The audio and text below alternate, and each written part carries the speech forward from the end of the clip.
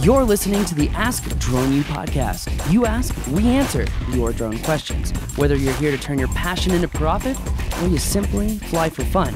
We're a community of learners and teachers who aspire to achieve greatness. We are Drone U. Sometimes I start thinking of sizzling meat on the grill. Fajitas? Maybe steak. Maybe lamb chop, because it's a little bit healthier, a little less cholesterol. Well, if you like lamb like I do, you've got to check out the guys at Charky. They've taken this ancient Peruvian method and made a snack that's preservative-free but tastes really good. What they did is they went back to basics. They went back to this old Peruvian method, right? And they said, how can we make this really good without adding anything to keep it good? And that's how they came up with Charky. To try Charky yourself on Amazon, just go to http://charky.love. Yes, that's a website, CHARKI.love, and it'll take you right to Amazon so you can try it yourself. Anyway, guys, welcome to a brand new podcast of Ask Drone U. My name is Paul. And my name is Rob. This is episode 605. Thank you guys for hanging out with us today. We really appreciate it. Good question. I actually think this is one of those questions that a lot of people will benefit from the answer. I think so too. In fact, let's just get right into the question. Hello, my name is Jeff Fry. I have just recently gained the Part 107 certification. And I was just wondering, if I just want to go out and fly my drone for fun, do I still have to follow the 107 rules, or can I follow the hobbyist rules in that case? Thanks. Looking forward to your answer. Thanks, Jeff, for the question. Really appreciate it. Guys, if you have a question, don't forget to go to askdroneu.com. You can record it right there, put it into our system, and we'll get it in the queue as soon as we possibly can. And I think this is a great question. Again, I just want to preface the question with, guys, remember, if you do not have a 107, you cannot fly a drone to further your business. But once you do have a 107, you can jump back and forth between hobby and commercial operations pretty much as long as you stay tried and true, because you may be challenged on that someday in the long run. Absolutely. And if you are, you better make sure you've got the paperwork to back yourself up. So can he go from a commercial operation and say, hey, I need to practice, man.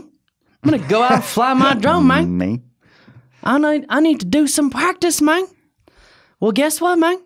You can.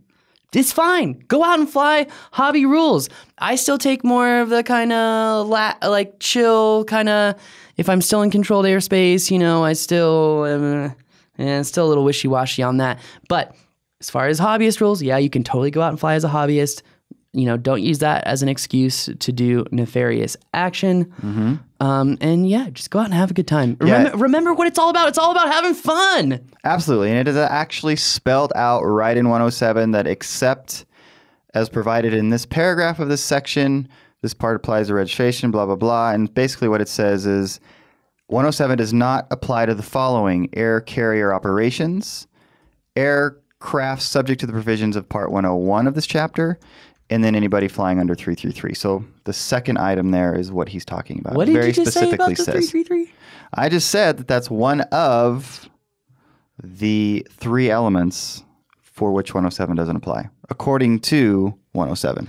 Correct. But one thing that a lot of FSDO inspectors don't know about, and I had to actually make them aware of, is that the MPTOMs that were used with 333 operators, all of them, 100% of them were ripped off of the docket and negated back in November of last year. So if you are flying under a 333 and something wrong happens, guess what? You're screwed, because you're supposed to be 500 feet away from every person, blah, blah, blah. They had to create some incentive for people to go get the 107. Otherwise, people would have kept operating under the 333. In fact, our local competition, who was talking a bunch of crap, which, remember how I feel about that, guys. Just focus on your quality, focus on your product. Don't worry about other people.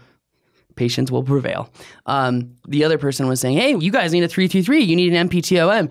We went in and sat down with the feds and the local film government, and we said, newsflash, guys, MPTOMs are void now. And like even our one of the inspectors was like, oh, I hadn't heard about that yet. So I had to like pull up the link and like show them. It wasn't like widely known. So if you're dealing with someone who has a 333, guess what? You now have ammunition against that person. So boom. If you're gonna start firing, don't fire.